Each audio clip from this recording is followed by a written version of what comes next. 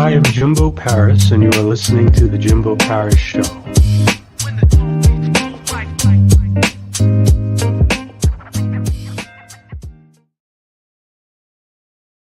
All right, how's it going, everyone? This is Jimbo Paris. Welcome again to The Jimbo Paris Show.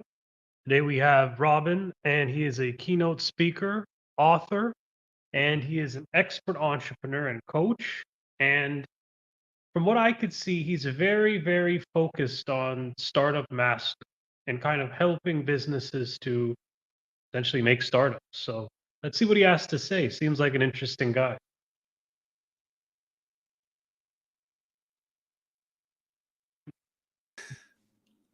How's it going, man? Very well, thank you. Very excited for the show this afternoon. Very excited. Oh, all right. What accent is that? What accent? English. So I'm English. from the southwest of the UK. Yeah. Oh, okay. All right. And I noticed you're wearing the Fearless shirt. What's the connotation to that? Well, it was a bit of a happy accident, actually. I'd been coaching for a couple of years and delivering a talk in a local networking event, business networking event, and I think I said something along the lines of business owners need to just fear things in business ever so slightly less. Otherwise, they just get in the way and stop them from achieving their goals. And a very good friend of mine, bearing in mind there's sort of 80 odd people in this event, he stood up and he pointed at me and he said, "Fearless Business, that should be the name of your brand, your coaching program." So that was about 5 years ago, and it's stuck ever since. So tell me something about yourself. What is it? Who is Robin? So it depends on what you want to know, Jimbo. So I'm a husband, father. I've got 2 girls. They're 9 and 6. So they definitely keep me on my toes. They're my best coach between the 3 of them. I'm a cyclist, and a surfer. I have a Guinness World Record as well. So that's it in a nutshell. And then in terms of my day job, obviously I run a coaching program, Fearless Business, as you know. I've worked with a broad range of sort of different businesses over the years, from sort of big multi-million pounds revenue sort of law firms, right down to sort of grassroots businesses. And actually the businesses I love, the people I love working with the most are those, you used the word right at the very beginning, startups, like small one-person businesses. They're like hero businesses. They're people who are doing it because they love the work which they do. They get amazing results for their clients. And when you create a transformation in a business like that, you can actually see it happening and you can see the difference it makes to somebody's life. So so that's me in a nutshell.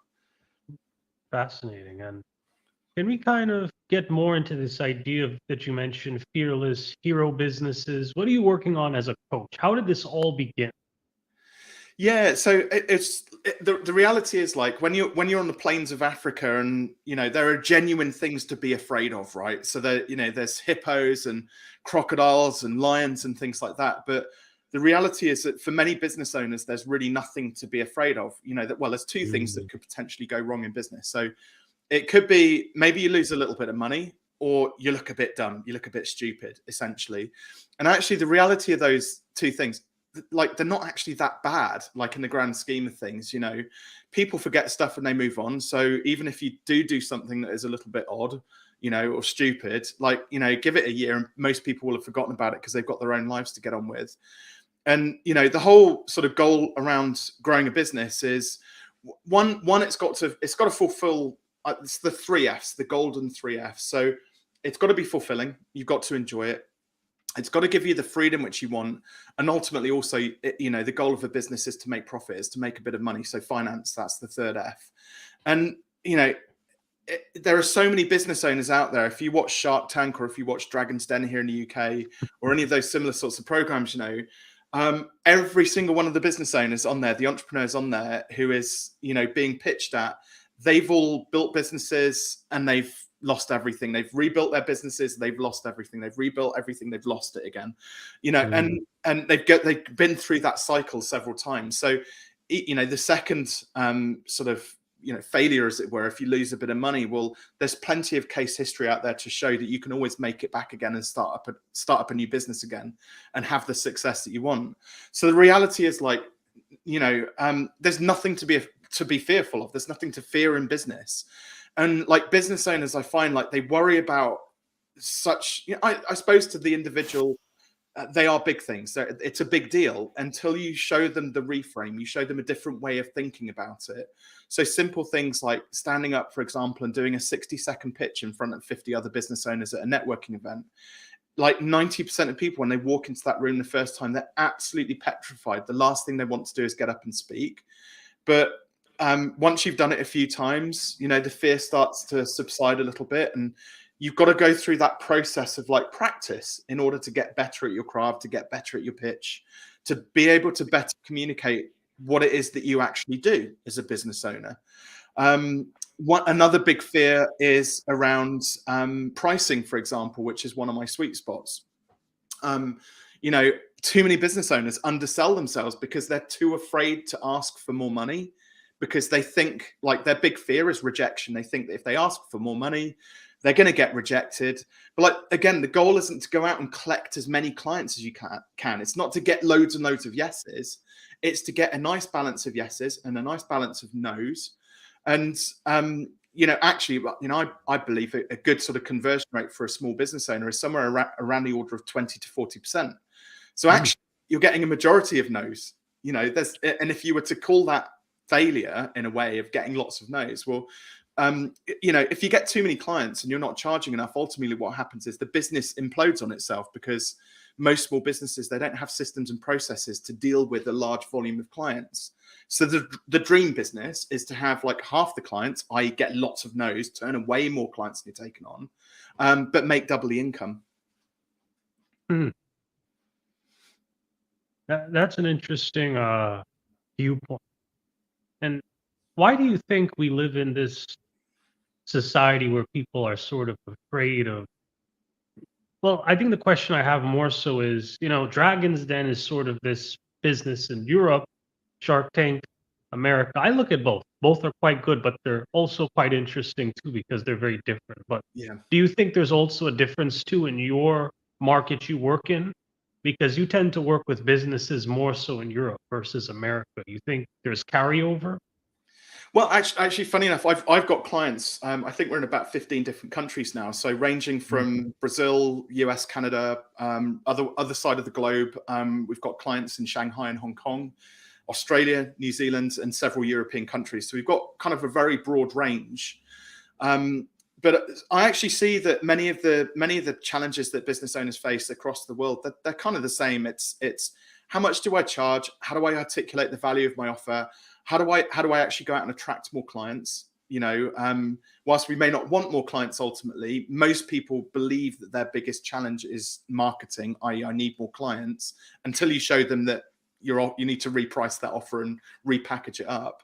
One thing which I have noticed though is that certainly the American Canadian sort of market, they do tend to kind of call a spade a spade. They're just like, this is what it is. They're very honest, and they're just kind of cut through all of that. I think European culture, I think we tend to kind of we don't want to kind of say no to stuff. We don't want to, we'll avoid having that slightly difficult conversation, Jimbo, rather than actually just punch the issue in the face and just deal with it. Okay, quite interesting. And kind of going back to you now, what are you looking forward to right now? So right now, I'm looking forward to the summer holidays. So one of my goals for my business. So again, thinking about the 3 Fs, fulfillment and freedom. So I'm working this year on like the freedom aspect of my business. So I'm very fortunate that I don't actually have to work too many hours coaching wise. Probably about 8 to 10 hours a week is all I have to work coaching wise. And then I get to choose which bits of work I have to do around that. So whether it's writing or publishing content, doing interviews like this, those sorts of things. But this year I had one big goal in mind, which was because my kids are getting to that age where like they're 9 and 6, like the 9-year-old's not going to want to speak to me in a couple of years time. She's going to want to like go off and like hang out with her friends or go to a room and like watch YouTube or do stuff like that. So I've got a limited amount of like time available to me to actually hang out with them. So this year I decided, right, I'm just going to take August off. That's my goal this year. And that's from pretty much like doing, you know, as little coaching as I can possibly do, but I'm saying no to lots of things throughout August with a view that I can just spend more time with the family, you know, take them away on little trips, go down to the seaside and stuff like that, and just have a bit of fun, basically. I think it's really easy just to kind of get caught up in the sort of the grind, especially, you know, and you've got the likes of Gary Vaynerchuk out there who's saying it's all about the hustle, it's all about the grind. And it's like, no, because you do 10 years of hustle and grind, and then you look over your shoulder and go, where's the 10 years gone? Like, now all of a sudden I'm 50, and what have I actually got from that? You know, I think it's more important. There's plenty of more important things sometimes than actually business. And speaking of kind of these business influencers, what sort of led you to this career? So what, in terms of like the freedom for August this year, or just in general, led me to where I am now? It's more of a generalized question, because I tend to find entrepreneurs usually have they've done something before kind of getting into this whole thing about working with other businesses and building other startups. Oh, I see. Yeah. So I actually ran a marketing agency for 12 years before I set up Fearless Business. So I ran that. Well, there's a little bit of a backstory actually behind how even I ended up setting up that business. So when I was sort of 18 to 22 years old, I studied at uni. I had a part-time job. And then I got towards the end of it, I just got a bit disillusioned with the job, and like the guy who owned the business. So it was in we used to manufacture medical equipment, so it's quite sort of technical what we were doing. And I used to build databases. I'm a numbers geek, basically. I love databases, spreadsheets, numbers, and that sort of thing. Finances, very into that sort of stuff. But I could see that the owner of the business, we got the business to about 1.5 million pounds revenue. So it's a good small business. And the business owner was just brilliant at designing products, but terrible at running a business. I mean, you'd think there'd be some money left out of $1.5 million a year, but no, he managed to spend it all and put us into debt as well. And I had just had this nagging thing at the back of my mind. I think I could do it better. If I gave something a shot myself, I reckon I could do it better. And so whilst I was actually on holiday in Florida, my girlfriend at the time, we went to a place called West Palm. And whilst I was out there, one of the people from the previous company said, "Oh, Rob, I know you're into this tech stuff. Listen, I'm thinking about setting up a web design business, a marketing business. Are you in? Do you want to join me?" So that's what we did. We registered that business. To get it funded, I used to buy and sell, they were called grade 2 listed laptops. I mean, bearing in mind, this is 20 years ago. This is like 2002, 2003 now. So these laptops, they were Toshiba laptops that you could twizzle the screen around and turn it into a tablet. So like it's 20 years ago, right? These like, you know, really high-end stuff. And I used to sell them into construction companies, but I'd buy them for like $500, £600, and then I would sell them to construction companies for about 10 times that, £4,000 or £5,000, right? And I did this for about 6 months and made just silly money during that time, and used that money then to start up the new business. Really exciting. And then I think what happened is a load of other people saw what I was doing, because I was selling them all on eBay. So loads of people saw what I was doing and kind of copied it, and then the market just went flat, and I was only making like, you know, £100-200 profit. Yeah. I know a bit about that, because IBM, they used to have this thing called a ThinkPad, and it was like the same system, and it failed entirely as well. So I think that's interesting. Toshiba Yeah, well, did the something. Toshiba ones were brilliant. I mean, look, I could geek out about this stuff because I still love those products because it did me so well for that time. But they were modular. So if a disk drive failed, you'd take one out and plug another one in, and it would work again. So it was a really smart system. And Toshiba, literally, the construction companies, you could put them in these tough cases, drop them off a 10-story building, and they would bounce and still work. They were really good pieces of kit. So I think that's why they were so in demand. But and then transitioned into running the marketing agency. And we used to do just web design and branding, which again, back then was quite unique. There weren't that many people doing it. But there was some really interesting stuff which happened in the 12 years I ran that. So, for example, This is the power of what the internet has done, like over the last 30 years since its inception.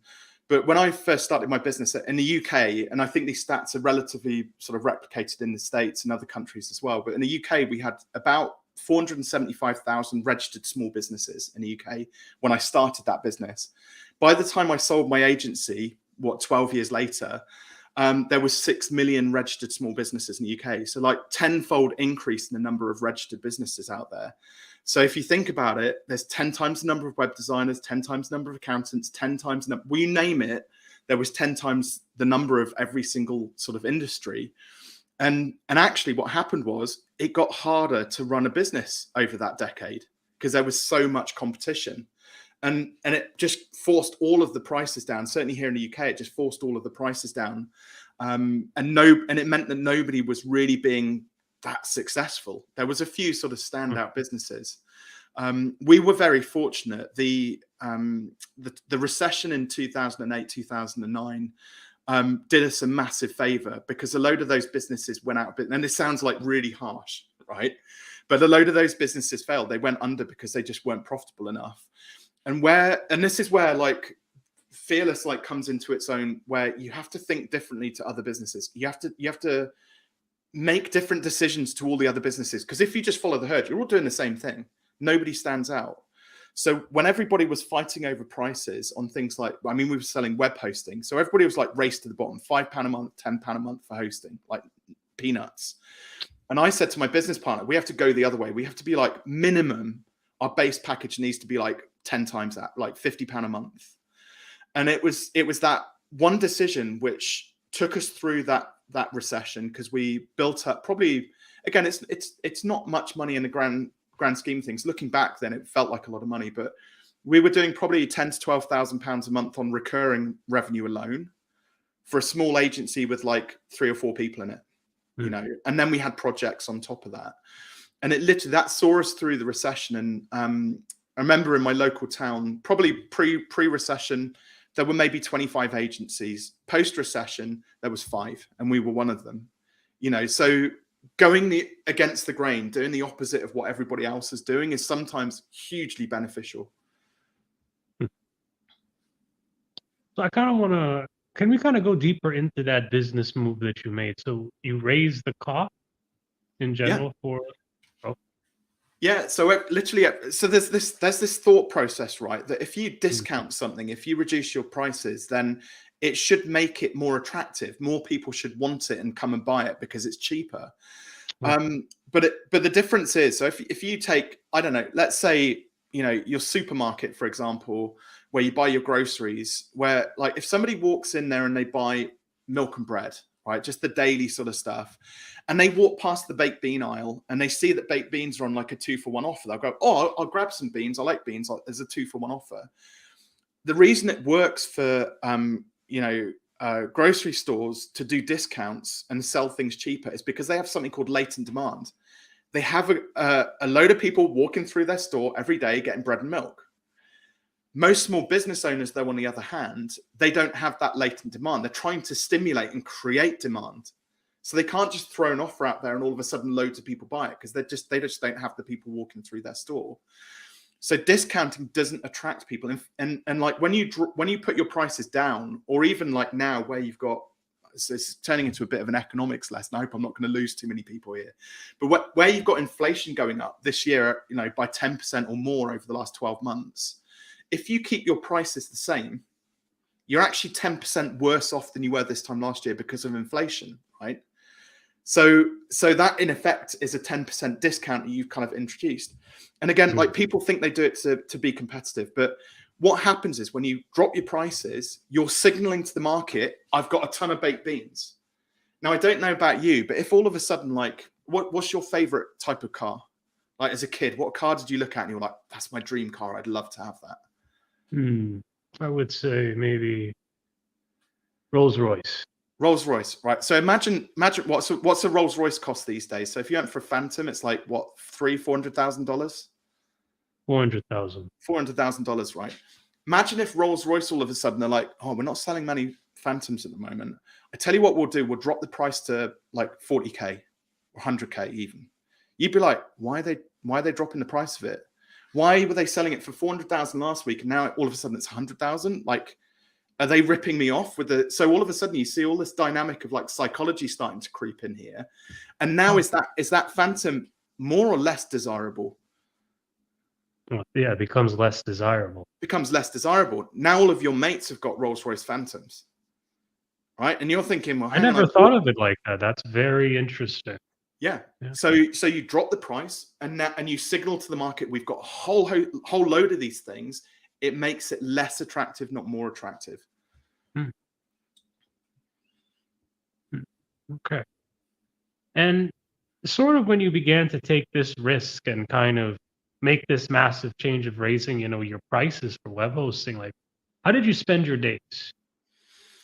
So we did a lot of. I was very hands-on personally. I was doing a lot of the sort of sales, marketing, project management, and that side of it. We took on a lot of apprentices as well. That was our sort of one of our ways of giving back to the community. Was we used to take on sort of 17 or 18-year-old people, train them up to be coders, web designers, and took a huge amount of sort of enjoyment out of sort of training them up. So that was like how I spent most of my days. But generally, we were building websites. We were doing. We created this. This was really fun. We created these branding workshops. They were like a one-day branding workshop. So I don't know if you know much about sort of traditional like graphic design and freelance work. Tends to be quite long and convoluted, a bit of a negotiation, and then there's quite often a lot of sort of stress in the process, because like what you have in your mind, this idea about this logo that you want to get, is never quite recreated as you thought it might be by the designer, right? So, and we were that. We used to have this really long, protracted logo design process, and it was quite frustrating for us, definitely frustrating for the client. And one day I thought, there has to be a better way. So, and this is just, again, the way I have the analytical, the numbers, that side of the logical side of my brain came out. And I was just like, what if we could do logo design in a day? What if we could, somebody needed a logo next week, we could get them into our office, we'd go through this 7-step process, and we'd design them a logo. And we managed to achieve it. The first one we did, I think the client came in at like 8 o'clock in the morning and they left at about 9:30 at night. So it was like a full day's worth of grind, but we got the job done. They got their logo. They loved it. They got a style guide, so they knew how to use it and things like that. And gradually we refined this process down to being probably about 5 hours. So client would come in sort of 9:30, 10. It'd be fairly leisurely. We'd split it up, the day up with the lunch. They'd be gone by about 3 or 4. It was brilliant. And again, this was another real great lesson that I learned from a pricing perspective. So where I already had that, well, instead of going down on price, we've seen it work with the hosting. So we've seen it go up. So with the logo design process, which is typically, most people charge out like an hourly rate. So they'll charge like $50 an hour, $80 an hour, or something like that as like a freelance graphic designer. And we were doing the same. So we discovered that even over the course of like a 3-month graphic design, like logo design process, we may only build 10 hours. So we were billing like a few hundred pounds for this long drawn out process. But when it came to the one day thing, so I remember the first time I pitched it still like vividly. The guy said, I've got a product launch coming up like next Thursday. I need a logo for it and nobody else can do it for me. Like, what could you do? And I said, well, I've got this idea for this one-day branding workshop. Would you be up for like being a guinea pig for it? And he said, yeah, definitely. It sounds perfect. It's exactly what I want. How much does it cost? And I just made a number up. Like, I was like, well, normally like in a day, like £50 an hour, it's like £500. Like if we're solving a big problem for him, i.e. needs this fast and he needs it done to a high quality, well, surely it's worth a lot more than £500. So I just went 1,500 quid. And I kid you not, there and then he transferred the money. We booked the date in. I booked the graphic designer and we delivered the workshop, a couple of days later. And a few months after that, so we'd now delivered 20 or 30 of these things and we're starting to get well known for it.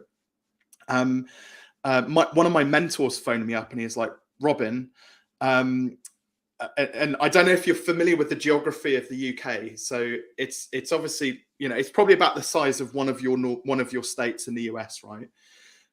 But for us Brits, it's a long way to get from the top to the bottom of it and vice versa. Okay. So my mentor, he said, and I'm based down in sort of the bottom half of it. My mentor said, Robin, I've booked you for one of your branding workshops tomorrow. It's up in York, which is at the top end of the country, miles away. How much is it going to cost? And I said, I don't want to go to York tomorrow. It's just too far. I've got family and this, that, and the other. It's like, just don't want to do it. And he said, give me 5 minutes. And he hung up. And then literally 5 minutes later, the phone goes. And he says, Robin, would you drive to York tomorrow? So you'll have to come up tonight. We'll book your hotel, deliver the workshop. But would you do it for 18,000? And my eyes literally popped out of my head. I was 18 grand. He's like, yeah, clients agreed to 18,000. Would you do it? I was like, yeah, sign me up. I was in my car, gone all the way up to York. But again, like you think about the progression of like £500 to 1,500 to then 18,000, and somebody was willing to pay for that. You know, probably if I hadn't been pushed a little bit by my mentor, then I would never have asked for that much. Mm-hmm.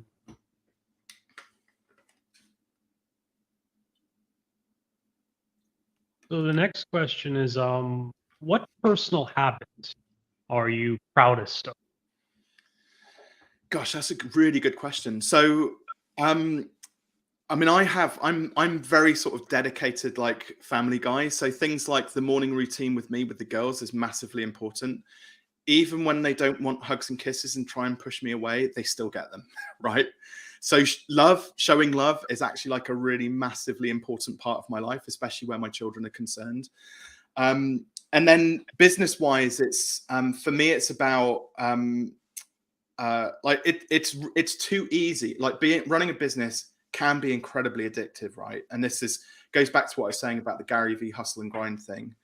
Actually creating space in the day, in amongst like the sprints which you do. So I'll give you an example, actually, probably to make it a little bit clearer. But coaching, for example, is quite energetic. It's quite an energetic exchange. If I did back-to-back coaching sessions all day, I'd be ruined, like, you know, with like 8 hours worth of coaching. So, for example, having the discipline to only book 1 or 2 coaching sessions absolutely max in a single day, and make sure there's a nice gap in between. One, it serves me because I make sure I get a bit of downtime, a rest, a breather. I get to decompress. But also it serves the clients really well. You know, the few clients that I take on, it serves them really well because I then show up energized, ready to give the best that I possibly can do. It would be really easy for me to take on loads and loads of clients and probably make more money than I'm currently making. But for me, it's about, there's a good balance between giving really high quality coaching and having a good, you know, again, matching up with the 3 F's: freedom, finance, fulfillment. Mm.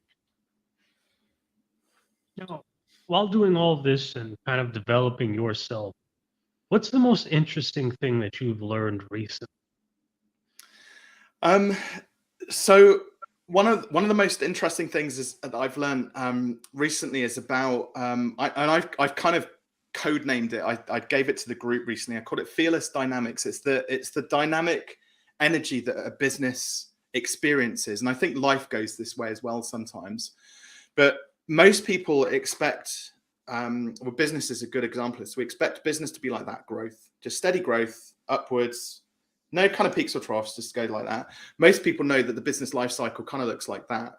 But you can actually break that business, that craziness, you know, going up and down the dilly dumps of business and life, down into essentially kind of 4 very clearly defined stages. So the first one is kind of just, you know, you might have a little bit of an upturn, but the longer sustained period of growth tends to be more of a consolidation phase, tends to be a flat line. And that's when you know you're kind of doing things right. And it's kind of okay. It's quite calming. It's quite relaxing in the first instance. But if it goes on for too long, you then start to move into stage number 2, which is where you start to question yourself. Well, why aren't I experiencing growth? Why? And you start to fear like, well, shouldn't we be getting more clients, or shouldn't I be having more joy in my life, or more happiness, or however you want to sort of rationalize it, whatever. So that you end up in this kind of period of like a bit of self-doubt starts to creep in, and your bit of uncertainty and the fear starts to creep in. Well, what's going to happen next? And it could go 1 or 2 ways. It could carry on well, actually 3 ways. It could carry on a little bit longer. It could go up, could go down. But inevitably what tends to happen is it goes down. Because what we try and do, and this is the 3rd phase, we try and force the issue. We try and break stuff to fix it, to make it better, right? It's a natural part of the learning process. That progress isn't about things just getting better. It's like, Thomas Edison and his 10,000 experiments. That guy had to fail 9,999 times before he got that one experiment, and created the incandescent light bulb. It's that typical sort of thing. So things start to go wrong, they break, we fail. But the key thing is we learn from that, which then leads us through to the breakthrough phase, step number 4. Whoosh. So where we consolidated here, breakthrough takes us up to level 2. And then guess what? We consolidate. We move into self-doubt. We dip. We create those failures. Things break. And then we have another breakthrough. And I think when people accept that is just a part of life, and especially business as well, then, you can see that success happens in stages. It's downturn followed by big upturn, downturn followed by big upturn. And we step up, we step up, we step up.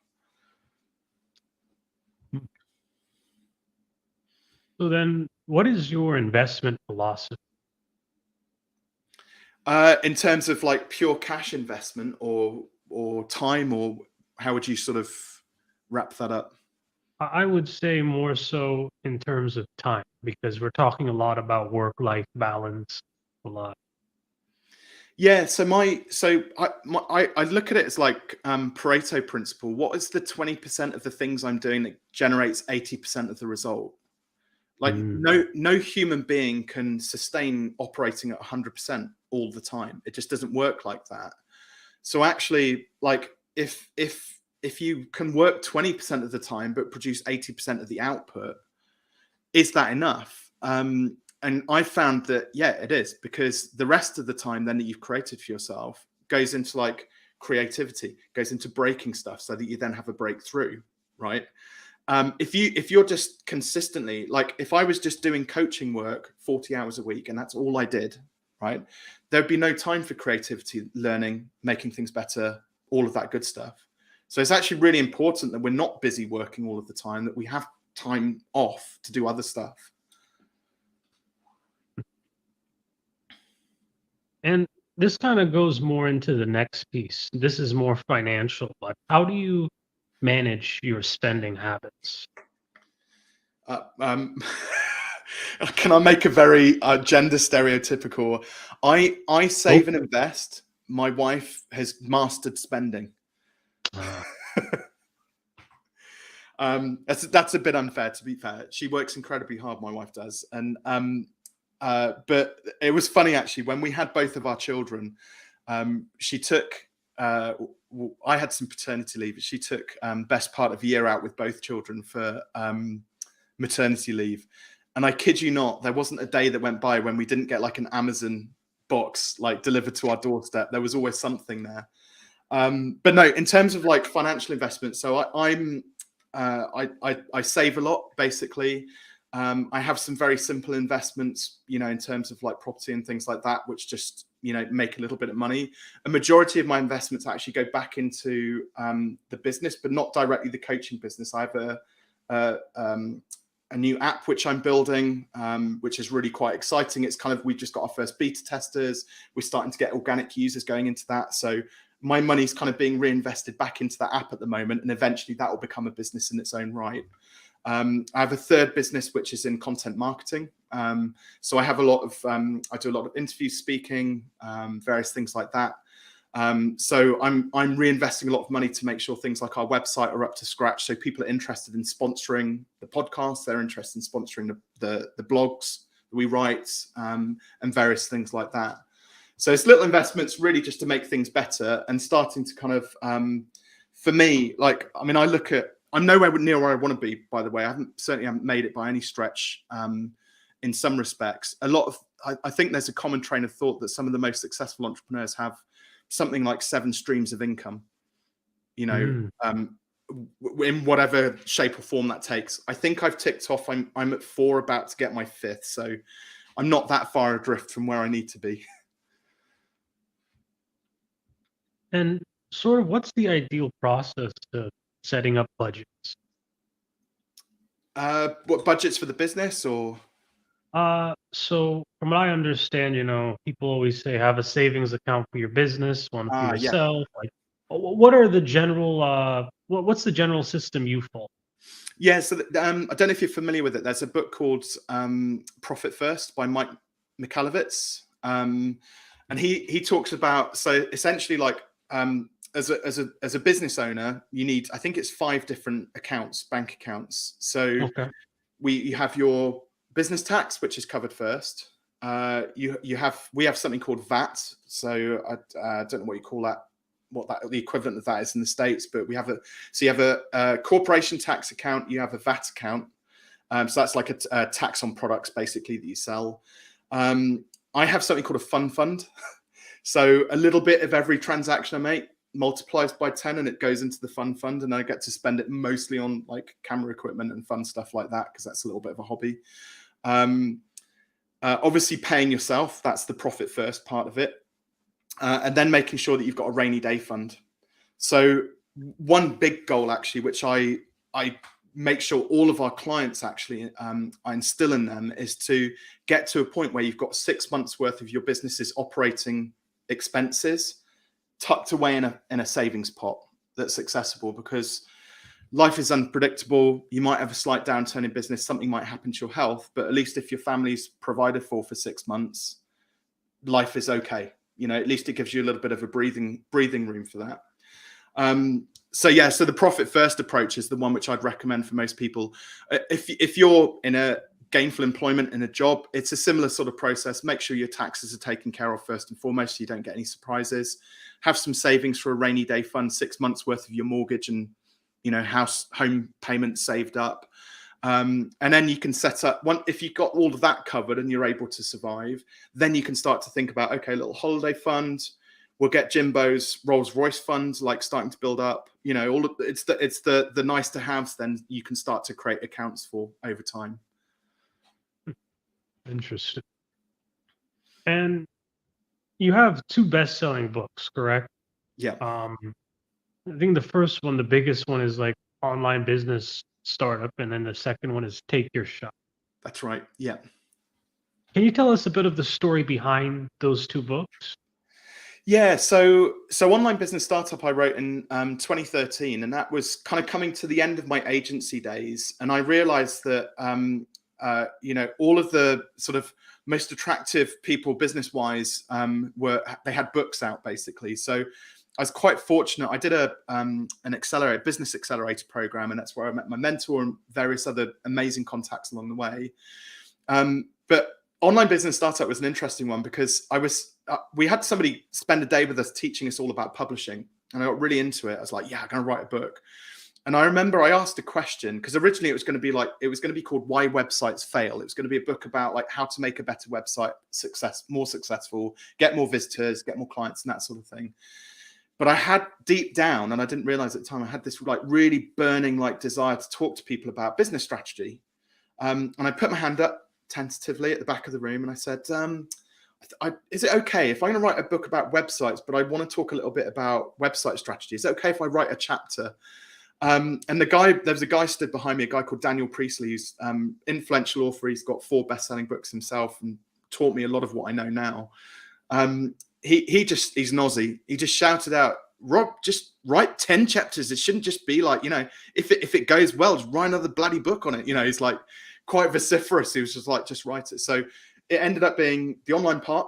So how to get your business set up online.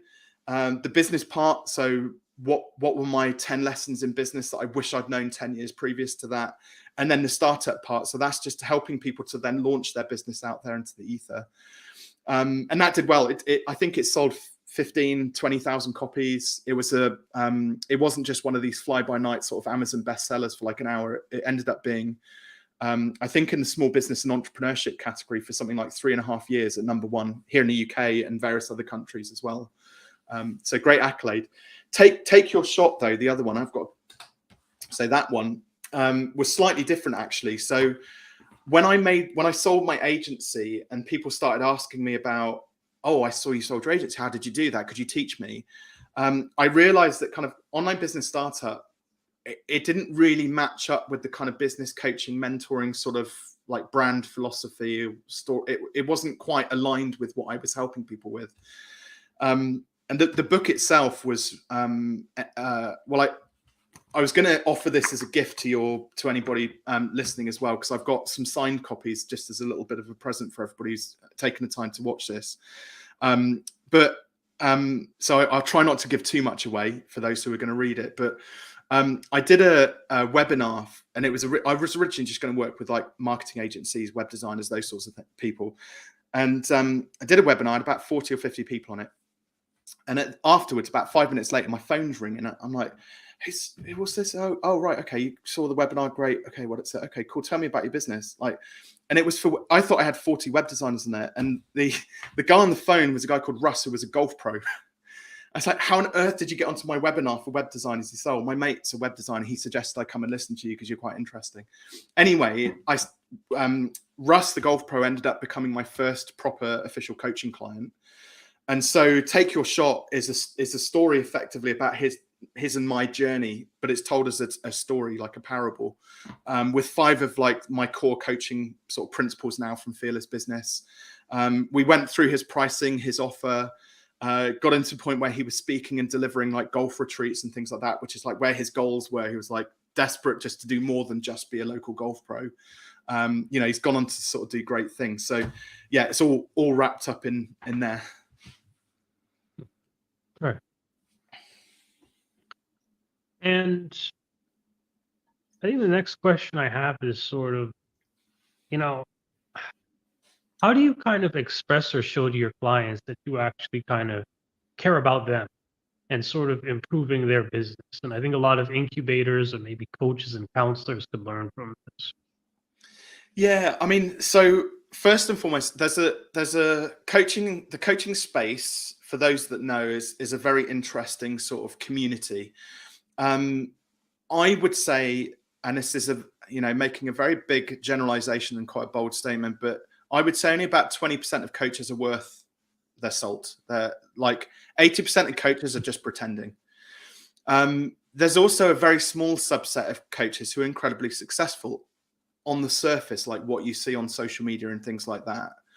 And there's a big movement about sort of scaling and getting a 7-figure business. And quite frankly, a lot of that, if I'm allowed to say, is BS and hot air.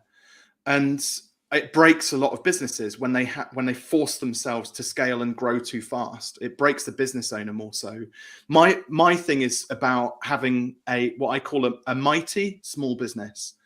I want to build a really great community of small business owners who know that I'm invested. There's a lot of coaching companies now where it becomes more than one coach, and they literally hold their clients arm's length. They make themselves really inaccessible. And I don't believe, like, if somebody's going to buy Fearless Business, for example, like, I need to be a major part of that, right? Because it's my brand, it's my ideas, frameworks, and things like that. And me coaching them, that's the most important part. Like, I lose sleep over client results. If the clients aren't getting results, I'm trying to help. I'm in the trenches figuring out why. So at a very basic level, so we do in our group program, we do a weekly coaching call.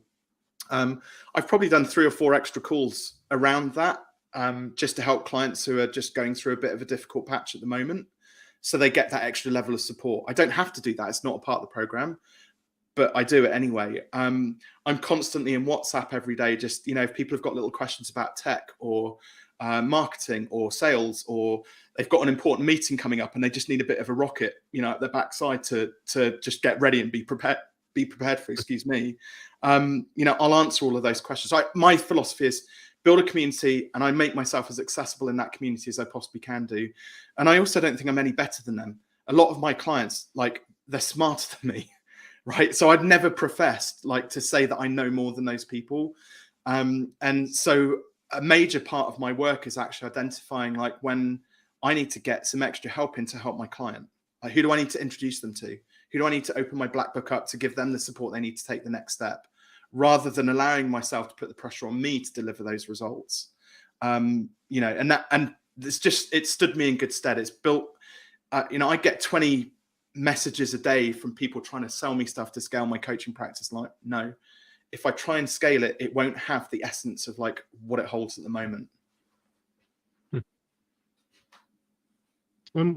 What's the best compliment you've ever received? Gosh, that's a really good question. Um,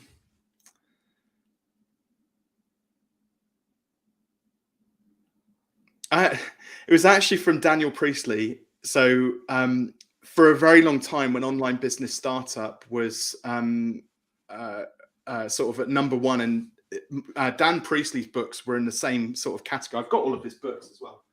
Hang on. So he's written like 4 absolutely amazing books. Key Personal Influence is probably a standout one. So I massively look up to and admire this guy, right? And our books are vying for number 1 in the small business and entrepreneurship category. And every time we saw each other, we're like, number 1 today. You number 2. But he invited me. He has a series of accelerators, and this is before I set up Fearless Business as it is now. And I was sort of growing in confidence as a speaker and author, podcaster, all the rest of it. So he invited me to come down, and I spoke at several of his events, doing keynotes at several of his events. And whilst indirectly he didn't say the compliment, allowing me to come and speak at his events was probably one of the biggest compliments that anybody could have given me at that time, because there was a big part of me which, like, why me? Why has he invited me to come and speak at these events? And I realize now that it was because he saw something at that time. And sort of just a finalizing question, I have 2 more, and I think the first one is going to be, what advice could you give to anyone that's sort of planning to start a business? Give it a go. Just take your shot, basically. If that's not too cheesy as a cliche, because that's the name of my book, but just I've seen so many wannabe business owners just turn themselves inside and out with an idea and never put it into practice. And 10 years later, you're still talking about having the same conversation. Oh, I'd love to start a business. You're like, well, why haven't you? So my best advice is just give it a shot. Like, what's the worst that can happen? It doesn't work out. You go back and get a job. Like, there's no shame in that at all. Me personally, I would always rather just know that I'd had a go, and whether it worked out or not, if I hadn't had a go, it would kill me not to know the outcome of it.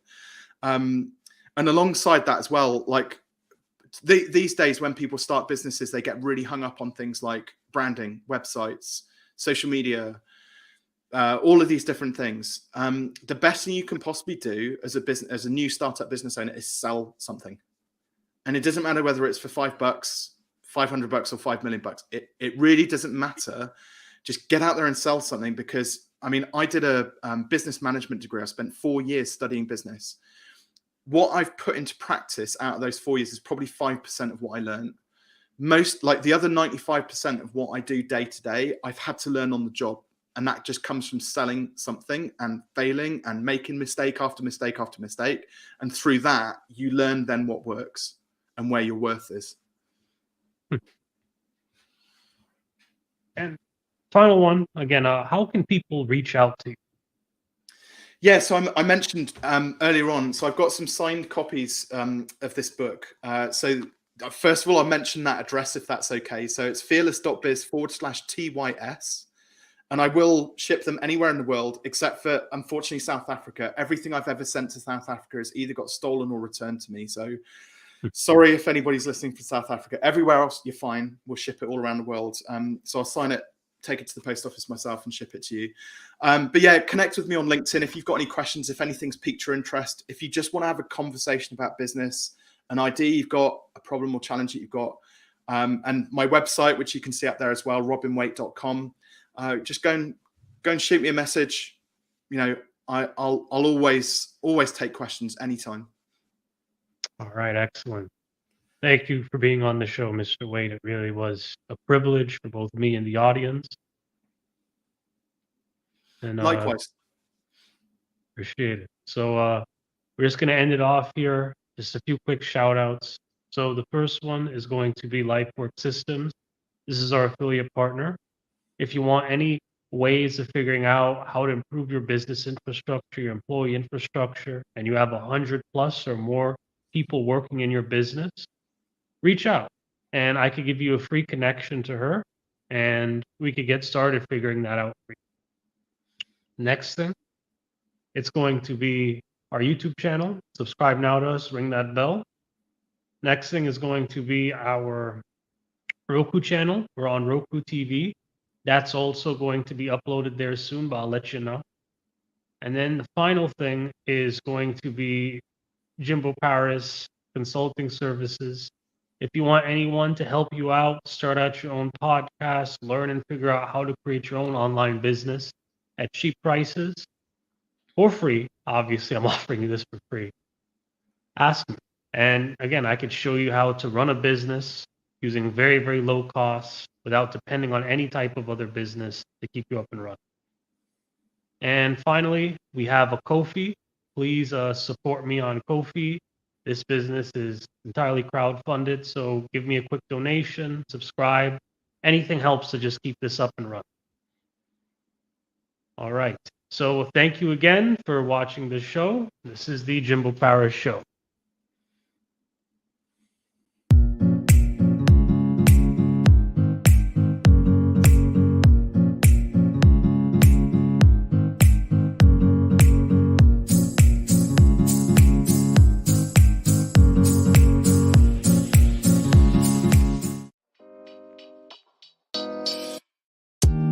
Thank you for listening to the Jimbo Paris Show.